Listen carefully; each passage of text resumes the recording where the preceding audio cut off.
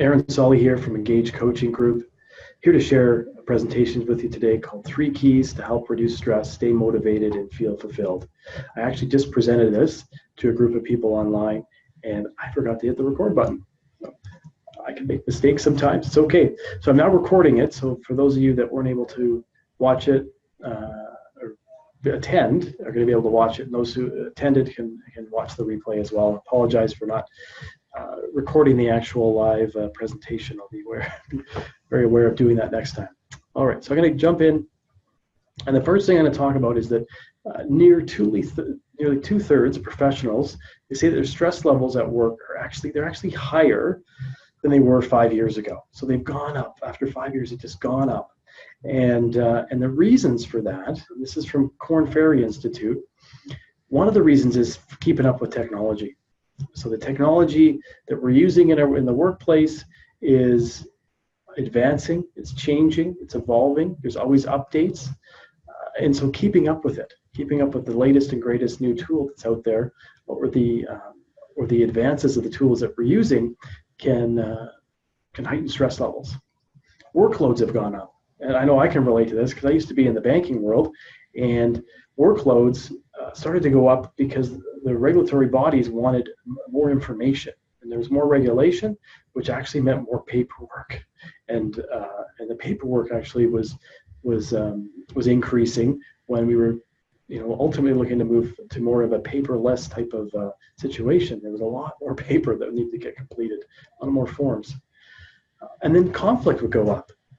So conflicts going up because, and it makes sense when stress levels are going higher and higher, people are at their breaking point in some ways, right? They're going to be more irritable. They're going to be more reactive. They're going to engage in conversations where they may take something personal when they didn't intend to, but it may just come out in that way. On the next slide. Sorry.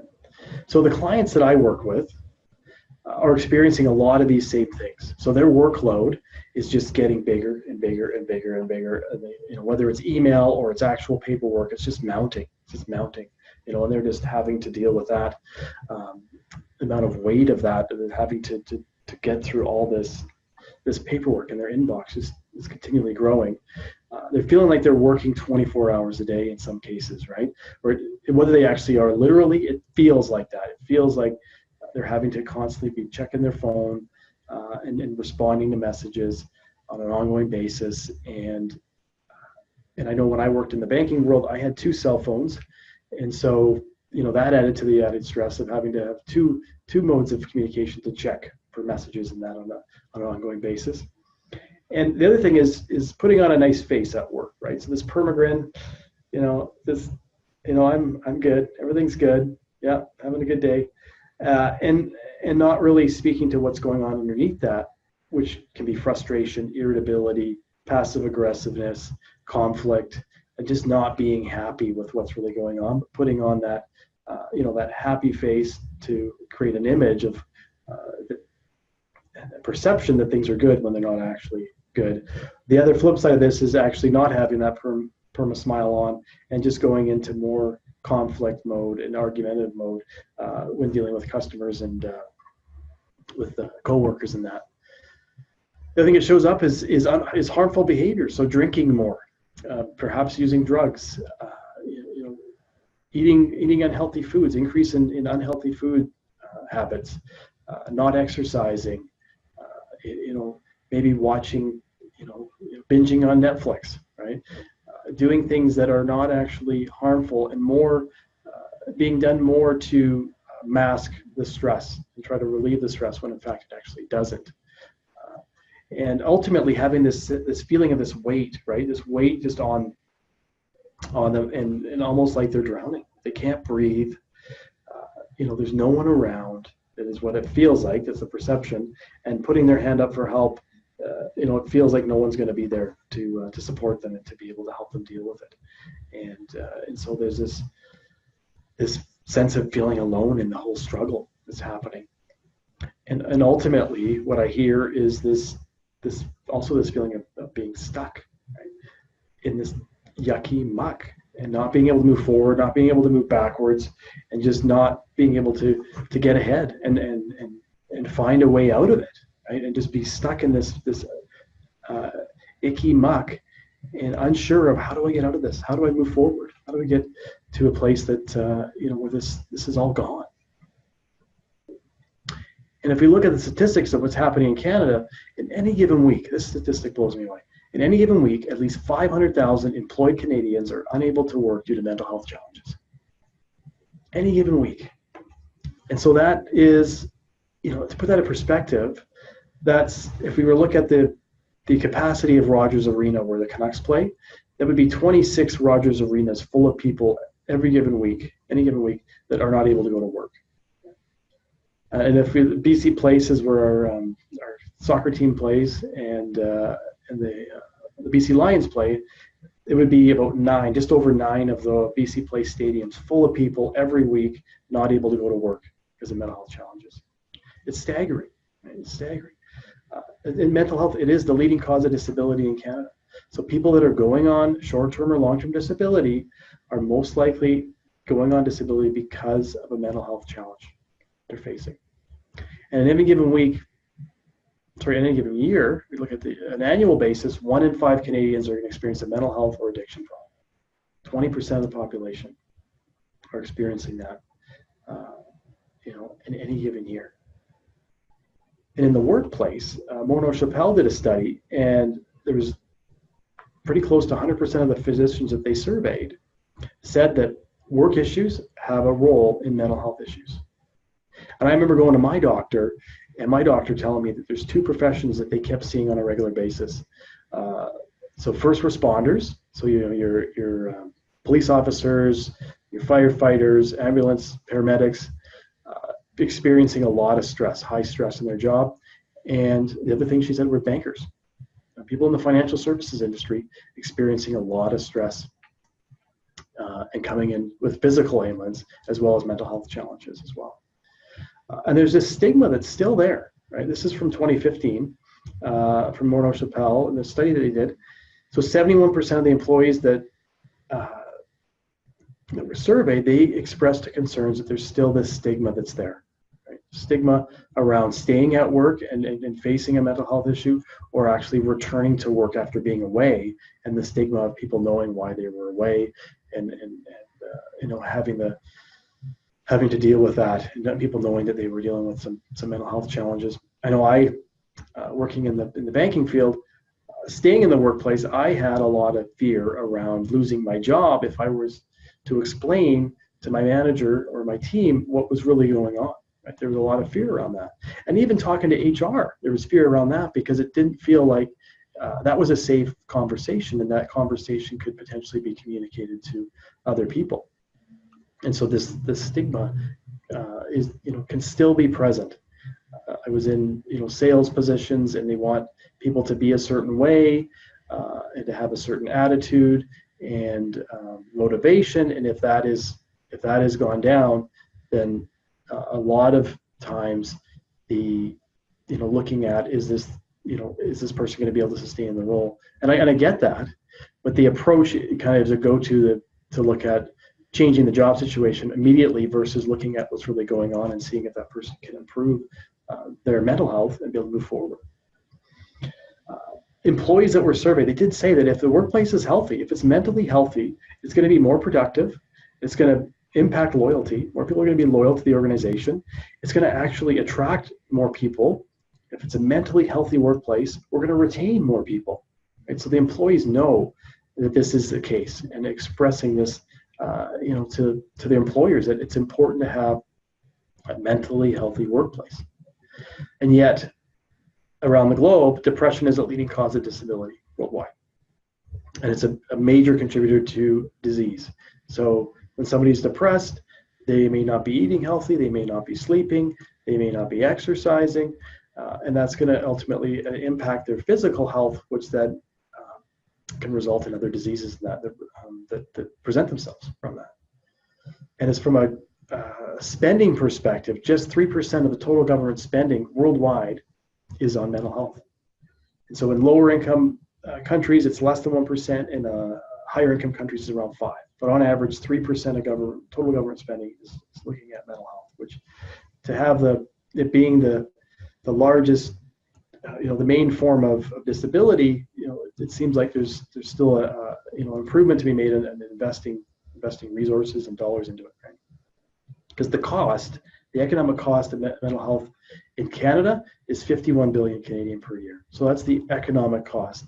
When we look at the productivity impact to the workplace, the health costs that are happening there, and in the U.S. it's even greater. It's 193 million U.S. per year in the U.S. And worldwide, if we look at worldwide, it's 1 trillion U.S. per year worldwide, the cost of mental illness. And so we're obviously not investing enough in it, and there's a significant cost that's happening as a result. All right, so I've kind of created a foundation there around globally, and locally in Canada and North America, what's happening with regard to mental health. I want to bring in my story just to add my own experience with depression. So this picture was taken in 2012, April 2012, and 6 months before this picture was taken, I was in, the darkest, deepest depression of my life. I was literally in the basement of this townhouse that we owned at this time. I was in the basement in the evenings trying to find an answer to what was going on with regard to my depression. And this basement was, very plain vanilla. It had like beige walls. The lighting was terrible. On the floor, there was lots of boxes and clutter of things that weren't really put away. And in the one corner of the room was my computer desk and my computer. And so in the evening, I would just be on that computer searching for resources and videos and books and things to help me, therapists and that, to help me with what I was going through. And at the time, I was working in the financial services industry, and I was, being asked to just do more for my clients, right? To just do more. You've had a great year, so I'm going to help more clients, and just it got bigger and bigger and bigger. Help all these clients, and it was so much weight, and it was just exhausting, right? Do more. And I wasn't connected to really what I wanted. I got into the industry to help people with their financial challenges, and it was like I couldn't spend time with these clients. I couldn't really get to know them because it was all about just grow, and it was just exhausting me. And I wasn't performing at the level that I was expected of me because of what I was going through. With the pressure there, and also going through a separation, which eventually led to a divorce. And my oldest son was around 2 at the time, and so I was worried about what was the impact this was going to have on him. Like, here I am, I'm struggling, I'm not feeling like I can support myself, let alone him, in the way that I want to, and the relationships breaking down. Like, what is the impact this is going to have on him? Now he doesn't really know what's going on, but as he gets older. And for 15 years, I've been dealing with this. I was dealing with this cycle of depression, just up and down, up and down, up and down. And I'd read all kinds of self-help books over the years, and they would make me feel good for a period of time. Short period of time, feels great, and back to it, and then it would go down again, and I'd be back in that low period, and feeling, just really anxious, really self-conscious, and I was not feeling like I was able to get through it. And it wasn't until I started changing what I was asking myself. So in that basement, I was asking myself, why is this happening to me? And that was a theme that I was asking myself a lot over the years. Why is this happening to me? And instead, I needed to shift it and change it and ask myself, what is this for? What is this for? And so jump ahead from 2012 to 2015, I found myself with a diploma in transpersonal psychology. I had worked part-time in this 3-year program while I was working at the bank. I was doing it for personal growth reasons, and at year 2, I decided that, having a counseling diploma would be amazing to be able to help other people that are going through what I've gone through. And by 2016, I had started helping clients, and I was helping, part-time while I was at the bank. And then by 2017, I published my book, Engage, Connect, Grow, which I'll share a little bit about in a moment here. And it became an Amazon bestseller. And by the end of 2017, I was full on helping clients and doing talks like this and helping individual clients get through their mental health challenges, depression, anxiety, and that they're facing. And so, just this, to have this change, this full circle, I was able to step into, feel like who I truly was meant to be, and better understand and change my perspective of what I was dealing with. And ultimately, my mission is to reduce the number of people impacted by depression worldwide, to reduce the amount of people affected every week, every year, in Canada, in the U.S., and worldwide by depression, and to be able to get to a place where depression is more like the common cold, because I don't know if it completely can be eliminated, but those 2 week or plus periods that depression is defined as being in, this sadness, this grief, this loneliness, this kind of dark place, to be able to, within maybe 2 days, maybe a week, to have resources and tools, therapists and support where somebody can move through that and not use a Band-Aid fix, but actually move through it and get to the other side of it in a way that's helpful, and not holding on to it, to be able to move effectively through it, and to be able to give it to people of all ages, all income levels, any country that needs help with it. That's the bigger picture of what I'm looking to do. And actually, this month, I have an opportunity to help raise money for mental health with Frida Lombard from Zealous Art. So we're doing this art journaling fundraiser with Connect Now Business Network on Tuesday, May 28th, out in Surrey, and actually the ticket price is by donation now. We've actually covered all of our costs by a number of the sponsors, and so the ticket price to attend is just by donation. So if you're interested at all, you can go to the website there, and this is a great way to be able to help raise money to help people that are impacted by mental health challenges. So let's get to the problem that I see happening with the people that I'm meeting and talking to around stress and motivation and fulfillment. And this diagram here you may have seen before, Maslow's hierarchy of needs. So this speaks to motivation and what motivates us, what drives us, and the idea here is to move through each stage once one feels fulfilled and they've got those needs met, right? And so to get to having full purpose, meaning, internal potential, accessing creativity and spontaneity, all about self-actualization. There's different stages that need to be met in order to get there, and there's actually another level that was added to this hierarchy of needs after it had come out. They added in transformation as well. So there's all these levels to get to, or to move towards. And what I find is common among the people that I help is that the essential needs, the ones at the bottom, the physiological needs, just breathing, connecting to our breath and really being aware that we're breathing, eating the right foods, drinking enough water, getting enough sleep, taking care of our health, feeling stable socially and connected to our community, to our family, and having gainful employment. All of these things, a lot of time I spend with clients in these areas at the beginning to make sure that these needs are met, because these can be a major factor into what they're experiencing presently, and to help them move through that. I use this for a bit of humor, but would you let this happen to your phone, right, where it's getting down to 5% or 10% charge left in it?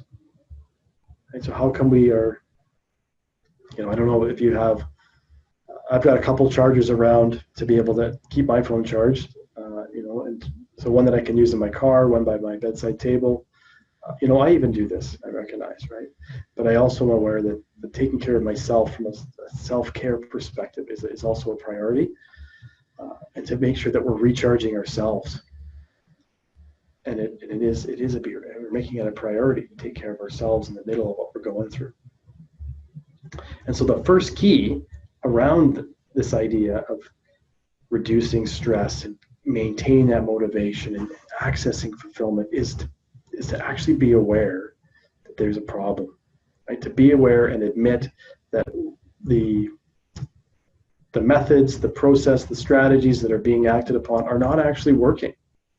And they've been being used for years, and they're just not working, right? And so to admitting that there's a problem is key, and to actually take that step and say, okay, I actually have a problem here. I haven't been dealing with it. That's a first step, is to bring awareness to it. Because you may have seen this quote by Albert Einstein. Insanity is doing the same thing over and over again and expecting a different result. So how many times is a certain pattern showing up, and there's a belief that it's gonna turn out differently this time, when in fact it doesn't. Right? So to be aware of that, and to ultimately have a reality check with ourselves and say, okay, let's get real here. I've been dealing with this for a long time. Other people may be giving clues that it needs to be dealt with and it's not being dealt with, or I'm recognizing opportunities to do it and I haven't been. Now's the time. Now's the time to invest in it. I'm going to read you a journal entry around this from my book, Engage, Connect, Grow. So my book it's a workbook, and it consists of 52 lessons, and it's journal entries. In most of the lessons, I have a journal entry from back in the 90s, late 90s, mid 90s, and then to closer to present day. And the closest to present day I have from when I wrote the book is 2014. But to be able to show a shift that's occurred for throughout my life. And then there's actual questions for individuals and teams to answer, and to be able to actually use journaling themselves to gain insight into what's going on for them. So this particular one is around awareness. I'm just going to share this with you. I want to be recognized. I want to be heard. Can you see me? I'm over here. I want to be recognized. I want to be heard. I want to be recognized and seen all over the world. I want to be recognized. I want to be seen. How hard can it be? What do I need to prove? How long does it take? I don't want to have to wait. I can see my reflection, so I am for real. Maybe I don't want to be recognized. Maybe I already have been by me. The waiting should end, for I have been recognized by the most important person of all, myself. So sometimes when I journal, the actual journal entry became its own little process, and I actually came to the answer that I was looking for.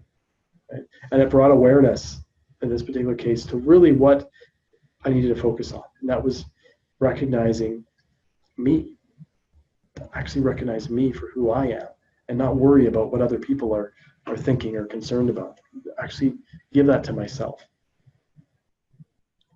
And so this awareness can be a process. It doesn't necessarily mean that as soon as you say, okay, I have a problem, then everything's going to go away, right? Admitting to it's the first step. And then, this is the process that I work with people is let's work on around awareness. Let's look at the thoughts that are showing up. Right? What thoughts are coming up that are not actually helpful, right? And they're bringing people down, right? They're not actually working to keep somebody's motivation up. They're actually inducing more stress and deflating motivation, and impacting this feeling of fulfillment. And then going into false beliefs. So what are those thoughts, those negative thoughts? Like I'm not qualified enough for this position, or I don't have the, how am I going to achieve this next sales target, or get this project done in the time frame I've been given, right? And then the false belief may be something more along the lines of like, I'm a failure, I'm not good enough, I'm going to make a mistake. I always make mistakes, I always mess it up, right? And these may not necessarily be conscious, they may be unconscious. These beliefs are there, and we're actually, in some ways, strategically trying to prove them and prove them right, when in fact we want to bring awareness to them so that we can shift that perspective. Because what can end up happening with those false beliefs is behaviors show up where we're going into conflict more with people. We're engaging in unhealthy eating habits. We're not exercising. We're cutting people out of our lives. We're having addicted tendencies to smoking or drinking or alcohol or drugs and alcohol. So these types of things may show up that are not healthy behaviors, right? And so there's a pattern that's kind of showing up when stress levels go high and increase, and to be able to become aware of that and bring awareness to all these different kind of aspects of it. This is an example of a couple behaviors I wanted to share with you. So this is let's say that you got two coworkers here, and there's a relationship that makes up 100%, and you got one person A is actually taking up 80% of the relationship, and person B is taking up 20% of the relationship. So what's happening on person A's side is that they're giving unsolicited advice to person B. Like, I know what you should be doing. This is exactly how you should be doing it. Or they may just come over and just say, I'm going to take that on. I'll just take care of that. Do that. No problem. I'll do that for you. They'll be talking a lot, not listening a lot. They'll be talking a lot, and they'll be giving all their energy to help their clients or their teammates, and they're forgetting about themselves in the middle of it, and they end up getting to a point of burnout, and they'll burn out eventually because they've just been giving and giving and giving and giving, and so that is referred to as overfunctioning, right? That they're actually taking up more of the relationship that's needed as a way to deal with their stress, and they feel that is the best strategy to not actually deal with what they're feeling as from a stress perspective. Person B, they are going to be, they're going to float with their goals. They're not really going to be, stay true to their goals. They're going to be really good at listening. They're not going to be taking action or talking or engaging in the conversation, and they're going to be asking for help a lot. They're going to be asking for help for things that they are actually fully capable of doing themselves. And so they've backed in that relationship to making up 20% of it because of their anxieties up, and they're feeling that they just can't stand up and actually take on more because they're just holding on to everything. They're internalizing it, and they end up running into mental health challenges because they're just holding on to everything and not communicating what's going on. And they are referred to as an underfunctioner. So they're pulling back, and they may actually be blaming the other person more, right? So they're going to be pointing the finger, blaming the other person for their problem, and they actually have three fingers pointing back at them. So they actually have to consider the fact that they're blaming somebody when they're not looking at themselves effectively. So to get out of these behaviors, awareness is a key part for both parties. Is what's my contribution to the pattern? Right? How am I contributing? Am I talking more than listening? Am I listening more than talking?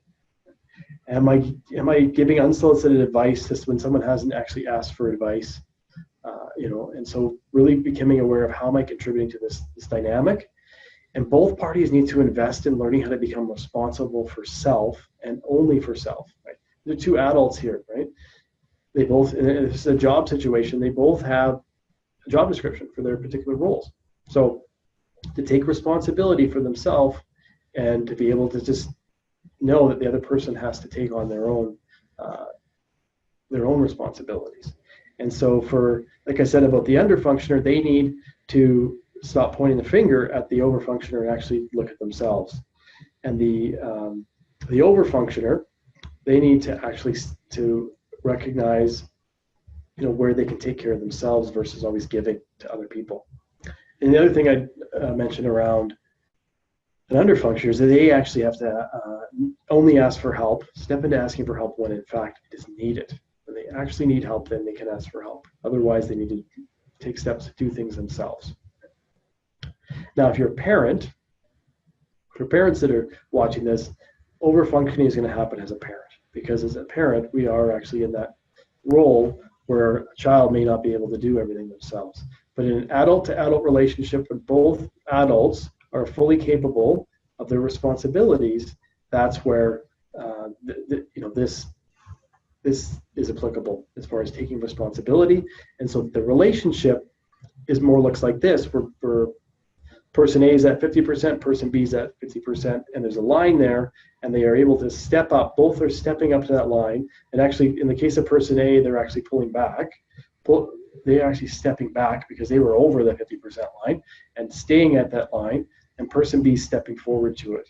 And to be able to sit in the, be present in the stress and stay at that line and just communicate their experience to each other of what's happening, but at the same time not move into the overfunction or underfunctioner position. Right? That's just an example of a type of behavior that can show up when stress, or two behaviors that can show up when stress levels go up.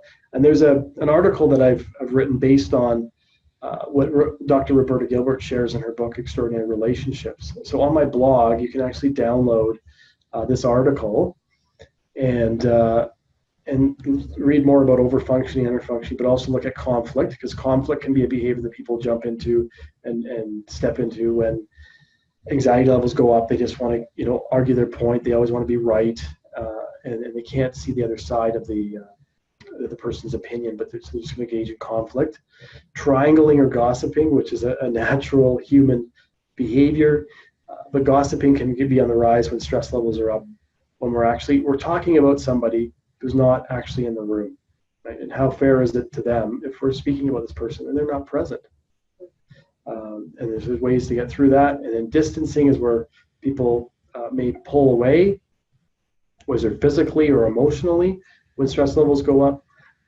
And cut off is when somebody actually leaves the organization, whether unwillingly or on their own, and they're never spoken about again, or the issue's never spoken about, and that can create anxiety for everybody involved, not only the person that's left, but the people that are remaining, if it's a company, at the organization. And so to be able to look at these types of behaviors, they're written from a family perspective, but they're also the author highlights that this can definitely show up in the workplace. When I talk about awareness, this is just an example of a client of mine, a counseling client, that one of my actually online clients, and he shared that he lapsed quickly into anxiety and depression and self-aversion that resulting from inner value conflict, unresolved relationship difficulties, which really diminished his self-esteem and loss of belief in himself. And so Miles, with working with me, he mentions he was able to autonomously discover, uncover, and recover from some of the most debilitating patterns of thought and behavior that he's experiencing. So this, be able to walk him through the awareness side of things, to be able to have that experience and be able to look at things ultimately differently. So the second key is one that it confused me a bit. I was very unwilling to embrace this. So, so if it feels uncomfortable, if it feels confusing, it's okay. It's just something to be aware of, and I just invite people to at least be open to learning about it, and then finding ways to utilize this approach, I guess, if you will, right? So the idea is so Carl Jung is a famous psychiatrist, and he speaks of the idea that what we resist persists, right? So if we're avoiding something for a period of time, it's just going to keep showing up in other ways, right? And you may have examples where you've experienced this in your own life. And so what can happen is that we will say, oh, I'll deal with it tomorrow. I have it. I have to get through my to-do list, and then I'll deal with it, right? There's no time in the day to deal with things. I need to clean up first. I have clients that have shared that they just are really good at cleaning, right? And they'll get busy and they'll clean up things into an immaculate way. and that can be that can be a way to not deal with what's really going on. Also, just going out and socializing instead, right? So I'm just going to go out and have fun and socialize, and there's nothing against that. It's just recognizing, is that an avoidance strategy? Is that happening every time stress gets up, stress levels go up, and does it actually help with things? A vacation can also be a way to deal with stress levels, and I'm all about vacations. I completely agree with them, and they're I'm all for vacations. It's just becoming aware of what's the reason for the vacation. Because if the reason for the vacation is just to go on vacation to bring the stress down and then come back to work and go back into old patterns, that becomes a very expensive investment in mental health and going on a trip every 3 months, 6 months, what have you. So to be aware of how can you go on vacation, but also when reality is happening as far as being in work and in life, is what steps are being taken to work on things when you're not on vacation. And there may also be rules that show up from our childhood or from our schooling where we're believing that we just need to suck it up, right? Just push through it, even if we're going to resist it. Just move through it; it'll go away eventually, right? So this belief that it'll go away. So the reality of what ends up happening is that we feel exhausted all the time, can't sleep. Potentially, there's relationship challenges can show up, being more irritable, again, eating unhealthy. And for me, I had a lot of stomach issues. The doctors couldn't figure out what was going on. But I now know it had to do with my anxiety and my stress. And it would come up more when my stress levels were high. And so the idea here is and I'm going to share some journal entries here, is to feel what's going on, to actually feel the stress. And I'll speak to that in a minute here, because I'm going to talk about feelings and the journal entries I wrote, because I grew up in a household and I had great parents. They raised us really well. No complaints there. As a child, for whatever reason, I believed, and it may have been because of the friend group I was in, or just perspective that I had, was I always had to be happy, right? And if I wasn't happy, something was wrong with me. And also whenever I had an upset, it was like, go to your room, deal with it on your own, right? And so not knowing that, how to feel things, when I'm angry or sad or what have you, right? Just not having the tools. And I love today, because there's a different approach, especially from a parenting perspective, on how to help with that, and to allow tantrums to happen, to allow kids to express, because there's something that's happening there when they feel it that allows it to actually get released, right? So I'm going to talk about two different perspectives here of when I wrote about feelings. So this is in March 2000. I'm feeling isolated. I don't know if that's the word, but I don't feel like talking to anybody. It's like someone could say whatever they want to me, and I would just sit there not replying. Little things have been frustrating me. It's like I just want to hide in my room for a while. My self-esteem is depleted, and I don't know why. This seems to happen every few months. So this is that roller coaster ride that I would go through. And I actually never missed work because of my anxiety or depression. I would still go to work. I would use the weekend to just, if I was going through it, I would sleep, I would relax at home and not really I'd feel really anxious about going out and socializing. Even going out to the grocery store felt like everybody was looking at me. I had this anxiety that was going on, right? And I'd ultimately just kind of go into a cave at home, so to speak, for the weekend, and then get my energy up again to go back to work for the week and have that pattern show up. Right? And so in 2013, this is what I wrote. Hello, sadness. Tell me about you. I'm awake. I've been asleep. I want to exist as part of you. I am part of you. I'm here to teach and to heal. It's okay to feel sad. With sadness comes an awakening, breakthroughs in you. You deserve joy, so feel sad. Really feel it. You're sad about loss. It's okay. Why are you sad? Hold on to it. Let it be. So I actually started to speak to my sadness and get to know it better. Change my relationship to sadness, because there was a belief there that it was okay to be sad. But if you're sad, you had to deal with it on your own. And so so being able to change that relationship. I do want to highlight here that, because I've had this question before. So we got a journal entry from 2000 and we got a journal entry from 2013. So does that mean that it's going to take 13 years to get over and heal these things? No, it doesn't mean that. I had lots of different wins and gifts along the way in those 13 years. I didn't necessarily have a journal entry to highlight that in the middle every year. So really, this is just an opportunity to just highlight, the different shift that can happen. And in the lessons here, after the journal entries are read, the reader can then go through and do exercises. So, my hope is that somebody who's doing these exercises can actually start to look at and be open to different perspectives potentially sooner than I was, and then to be able to start to find, and I did have wins along the way. But if I can help somebody even move further a little bit more because of what I know and what I experience, that would be, I think it'd be so valuable. Okay?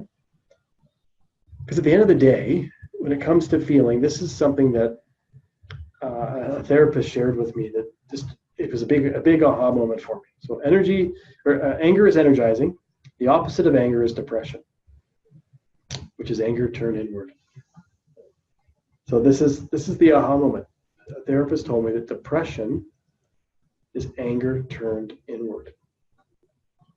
And guess who didn't express anger at all as a kid, or I guess teenager into adulthood? Yeah.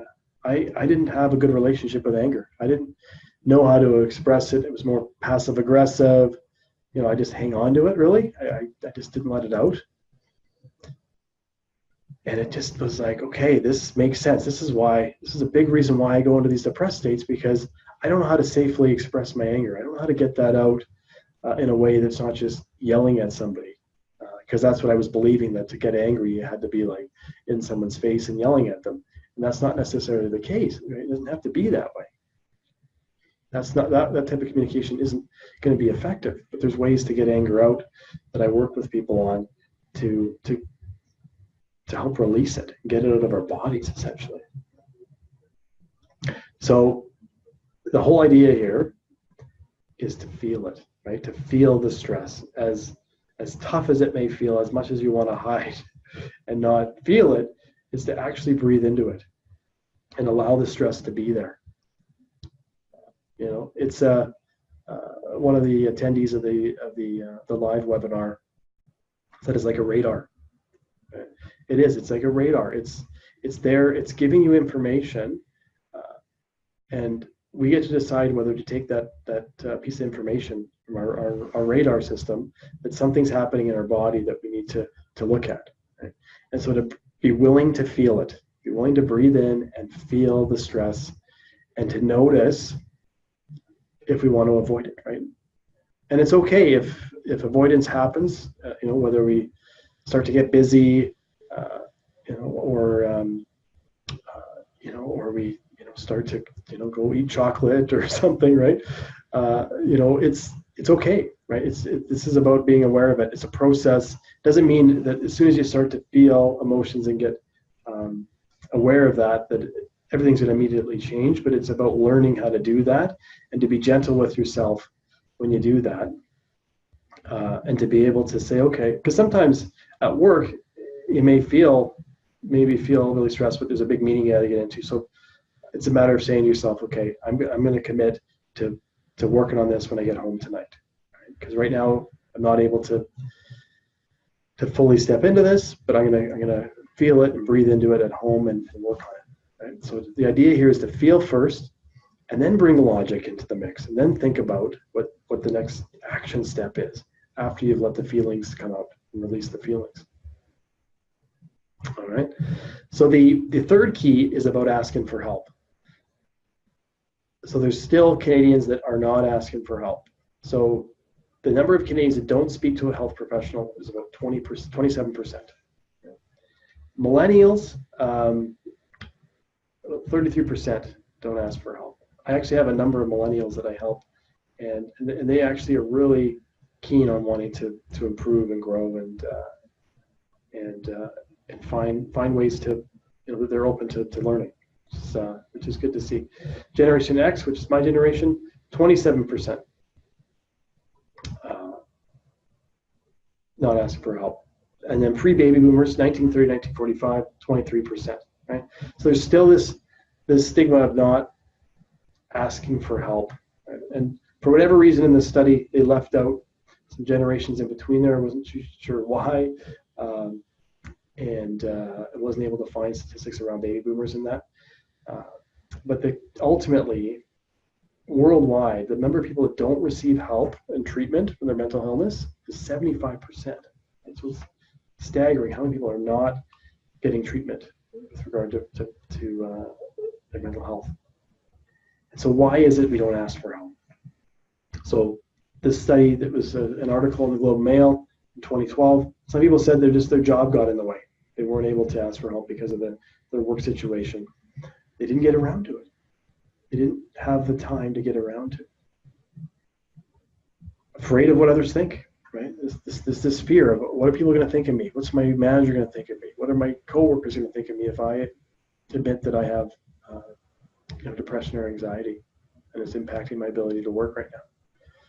And other people not covered under a group plan. So if they're not able to get the funds to pay for it, they're not willing to do it. And I actually have a number of clients that don't get coverage for counseling, and they are completely open to paying for their own self-care, so that they're open to investing in it, and regardless if their group plan covers it. So and there's something to be said of what are they spending their money on instead of taking care of themselves, if the focus is that the group plan has to cover the cost. So Obama has a good quote here around asking for help. Don't be afraid to ask questions. Don't be afraid to ask for help when you need it. I do it every day. I ask for help. Asking for help isn't a sign of weakness. It's a sign of strength. It shows you have the courage to admit when you don't know something and to learn something new. Right? So here's a world leader, a previous U.S. president, who is saying that asking for help is a sign of strength and courage, and that you're actually willing to step into learning a new way of doing things. So that's pretty powerful to know that someone from his position, and he's still a recognized leader in the world, is that it's okay to ask for help, right? And to remember that. And a lot of what has to do with help, asking for help, is being able to feel safe, right? To be able to know that when asking for help, that it's going to be a safe environment to do that. And this is a fellow Sean, who I've done some workshops with. I know Sean just shared. I'm really grateful for what he shared here. And he says that that I'm an open person, I'm easy to work with, I hold great space for people, and that I create a safe environment for clients to show up and be authentic, and be able to work with in a team setting, being a great role model for clients. So this to me it's proof to me that what I'm doing is working, right? Because really that's my goal, is to create a safe environment. And if for whatever reason it's not feeling safe, to learn how to improve on that, right? But what this feedback from Sean is just showing that it is a safe environment. And I am seeing it with the clients I'm helping, that they are sharing. They're sharing a lot about their experience and what's going on for them, which speaks to the fact that they must feel safe to do that, because to be able to ask for help and feel safe is huge. So I'm gonna share a couple bonus, what I refer to as coping strategies, because this is the language that a lot of people have used. They've come to me and said, I need some coping strategies. And I don't know if coping is the actual right word, but I'm going to use it because it's just the language that's been used by people that are looking for help. So to be able to cope, or I would say to be able to to really connect to what's important, and to have that ongoing motivation to reduce stress and feel fulfilled. Journaling is a tool that I've just shared some of my examples with you, and it's a very powerful and easy to use tool. And there's research on the benefits of it, not just myself. And this is just one study. There's all kinds of research there on the benefits of journaling. But Dr. James Penbaker, he's created and known for something he's called expressive writing. So he's had his patients use journaling, and he did a study around it and measured it. And what he found is that their blood pressure went down. Their liver function improved. And their immune system, their immune cells got stronger just from journaling. We're talking about physical health here, the improvements of it. So there's benefits just from a physical health perspective. And then it also helps lower depression and anxiety. It helped his clients improve their mood, their increased positive mood, they engage socially more, and their quality of relationships that went up from it. So there's benefits of journaling, and it's a lot of people are asking, how do I start? How do I, start using journaling? And really, it's just start writing. Just do it on your phone, do it on your computer. Pen and paper is ideal. That's ideal. But whatever works for you, just start writing. That's just start, and put it on your to-do list. So it's something, or do it before you do your to-do list. Just get your, whatever's going on for you, the stressful thoughts, the negative thoughts, the good thoughts, and all of it. Just write it out. Now, if you don't gravitate towards writing, you can record it in an audio format, you can record it in a video format, right? And all of this stuff you can delete afterwards. You can rip up, if you're writing it on a piece of paper, it doesn't have to be kept necessarily, right? It's just to get it out. If you get these thoughts out, if you're worried about someone seeing it at all. You can also draw if you're really a doodler or drawing. In the drawing, you can use art. You can paint. The workshop I do with Frida is all about journaling, combining journaling and painting and creative writing. And you can, some people are into sculpting with wood or clay or stone. You could do that as well. You could sing, you could dance, your feelings and your thoughts out, whatever works for you, whatever you feel is the best way to help you just release what's going on. Because ultimately the goal here is to release the thoughts and feelings that are harmful and they're not actually helping you move forward, and to hold on to the ones that are actually helpful for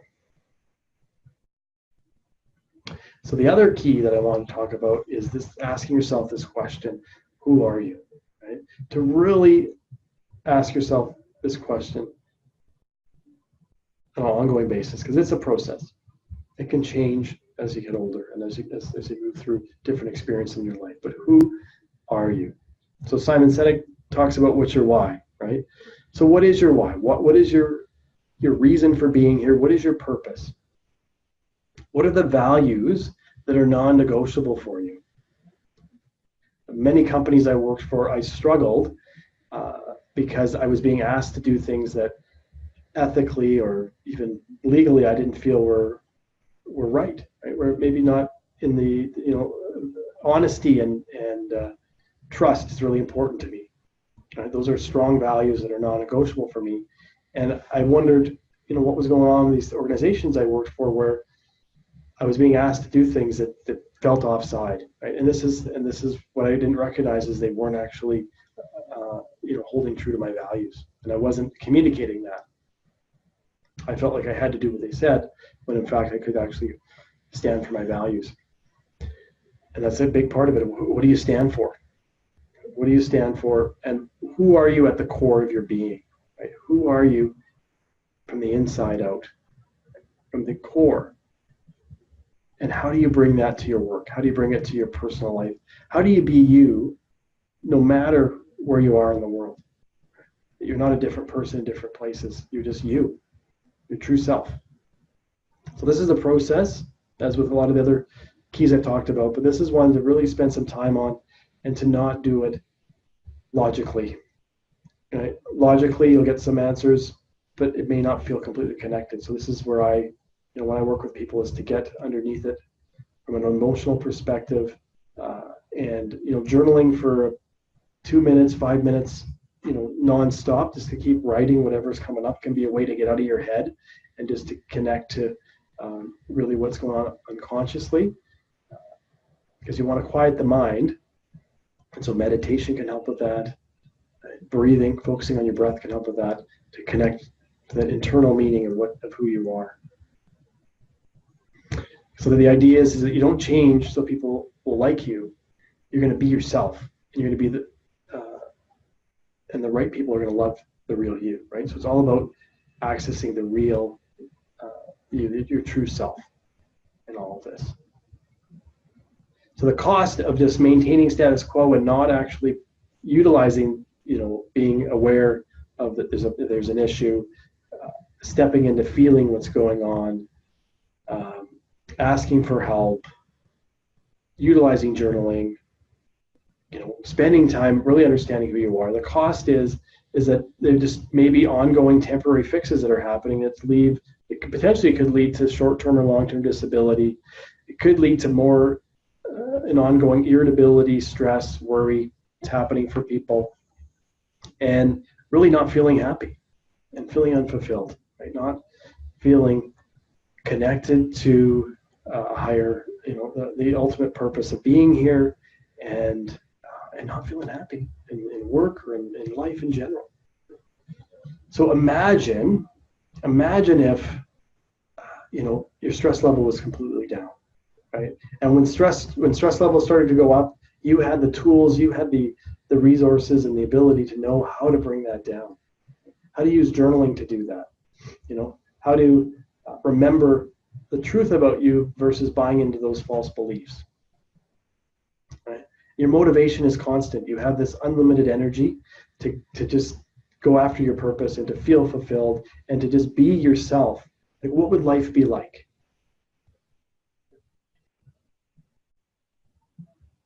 On the recording, the live webinar, someone mentioned freedom. There'd be freedom there, right? So would you feel free? Would you feel like just alive and happy, and you just want to express yourself and just show everybody that you are here to help and be you, and know who you are in the moment of that, and stand for your values, and embrace happiness, and also embrace sadness and anger, but to do it in a way where it's expressed and it's gone. You're not hanging on to it, right? And you have more abundance, you have more joy, right? And so what can happen when the stress levels are high is this may represent your internal state, right? Your inside voice, if you will, right? But this is what's going on inside. And ultimately, you want to get to the ideal state where your passion is at the forefront. You just are you're more creative, you're playing more, you're feeling alive. You're feeling like this, this is who I am meant to be, and I am myself. Maybe you're traveling more, you're seeing the world, and you're just bringing all of you to everything that you do. So there's this gap, right? So you're in the current state, where the stress levels are going high, and it may be leading to burnout, depression, anxiety, and wanting to make that leap over to the ideal state of peace and joy and fulfillment, and just connected to your passion. So how do you do that? So there's some things that I do that I wanted to share with you. So I help individuals and I help teams. So from an individual perspective, I help with one-on-one coaching, life coaching, and counseling. It can be different options depending on what somebody's going through, what they want to accomplish. And those can be online through Zoom, or they can be in person at my office in Langley, BC. And there's different options to do 3 months, 6 months, or a year, depending on how much help somebody wants to have in working on things. And I also have an online course. So I've taken my book and I've Engage, Connect, Grow, and it's self-paced, it's videos. I'm going to be uploading the audios, so you can download the audios so you can listen to them when you're driving or just on their own, so you don't have to be right in the course all the time. And then having access to other resources like that anxiety binding article, and I have a values article on my blog and other things as well. And it's all based on the workbook. and you get an electronic copy of the book, Engage, Connect, Grow, to be able to reference as well. And then I also am looking at doing in July, doing 4 weeks of summer school, mental wellness camp. I'm a dad, and one of my sons is going to be going to summer school. And I thought, well, there's got to be some parents and some adults out there that perhaps would be open to investing in their own mental health in July. And so I'm looking to offer, online for 4 weeks, up to 20 people. Let's get together and let's work on strengthening our mental state in the summer months when things are going well, and let's look at tools to help with that, so that as we get into when times get maybe busier in the fall and that we're prepared and we're ready to do things differently. So if you're all interested in any of the ways that I help individuals, if you go to my blog, there's a post called Apply for a Mental Wellness Consultation. So I offer a complimentary consultation, talk about what you're going through, share more about my approach, see if there's a fit, and then determine which avenue would be the best for you. So you can go to my blog to get information about that. And then for teams, I do presentations like this, and I can do it in person or online. So talking about the 3 keys related to stress, motivation, and fulfillment, do it as a breakfast or a lunch and learn type of presentation. And then that can lead into helping a leadership team or a sales or customer service team looking at those thoughts that are going on, the false beliefs, the behaviors that show up, and speaking to that in more of a workshop setting. And then Frida and I also offer the art journaling workshop as well as an opportunity to come into an organization and share that, and bring in journaling and art as a fun and creative way to bring out people's values and their intention and their purpose. And then also this other service that I'm offering, no one's taken me up on it yet, but my vision is to see companies just really embrace mental health in a way that's unique. They never have before.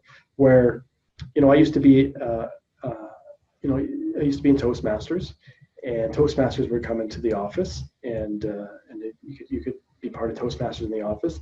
A yoga instructor will come into the office and be available, or a massage therapist, or a nutritionist, right? So why not have a counselor that once a week, every 2 weeks, there's a support group where people can come in and talk about what's going on, right? The tough things that are going on, the good things that are going on, challenges they're facing, some questions they have, and how to overcome things, and to be able to come together in a safe and comfortable environment where no one's going to lose their job if they say something wrong. It's just really about, let's get to know each other in a way that we maybe haven't before. I mean, we can move together and be a more engaged team, more engaged culture, because we really know what's going on, and we're speaking to the pink elephants in the room that we haven't been talking about all this time, right? So that's my vision, and my, to be able to offer, and I do offer it, but to be able to come in and provide a support group setting, whether it's online or in person, for employees to be able to access. And this is a testimonial from a recent presentation I did for an industrial supply firm.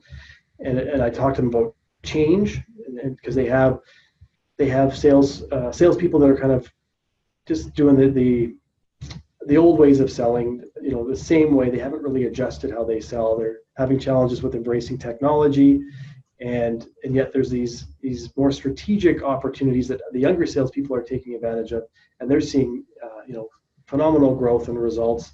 And so talking to the team as a whole around, how do you start to embrace change, and what's getting in the way of change? So they took some takeaways away from the presentation that change begins with yourself. You need to take a personal inventory. You need to analyze and execute on change. And a simple action step that the team's going to focus on is actually improving time management. They're recognizing that that's getting in the way of actually setting time aside to be able to work on the right sales efforts to get them the results they're looking for. And so looking to come back and work with them more, as this was just a 90-minute type of presentation to come in and as an initial talk around change, and then we can help them more in the future. So if you're part of an organization or an association or a group where you feel that having me come in would be beneficial to your organization, if you go to my contact page, there's on the drop-down menu, I'm interested in booking you to speak at an event. You can select that, and I'll contact you, and we can touch base and learn more about learn about what you'd like to have help with. How can help add some value and help shift your team and get everybody moving in the right direction. So I just want to conclude with this quote by Carl Jung. Your visions will become clear only when you can look into your own heart. Who looks outside dreams, who looks inside awakes. So I invite you to step into awareness and admit that there's a problem.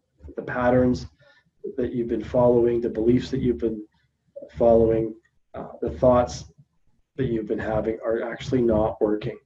Right? Have a reality check with yourself and step into feeling the stress. Allow the stress to be present and notice that it's a radar system, that it's actually there to communicate something to you that perhaps hasn't been listened to in quite some time. And to be able to really feel it as much as you possibly can at this moment, at this time in your life, and know that whatever, even if you're just feeling 5% of it, embrace 100% of that 5%, allow it to be present and notice what happens. And ask for help. Be brave, ask for help. It's okay. Asking for help, there's strength in it. You're courageous to ask for help, and utilize, try using journaling. Try it out if you haven't already. Embrace journaling. Have a little journal with you. Take it where you go. Use your iPhone or your smartphone, and just embrace, journaling and releasing the challenges and the wins that you're having. Everything, get it out there, and notice what's helpful and what's harmful, and spend some time asking yourself your question: who am I? Who am I? Get to the core of who you are, and bring the core of who you are to your business, to your profession, to your family, to your community, to the world at large. Bring the core of who you are, because you matter. You have so many gifts and talents to bring. So bring it. I'd love to see it. I know that you can. So I appreciate your time today. Thanks so much for listening to this video.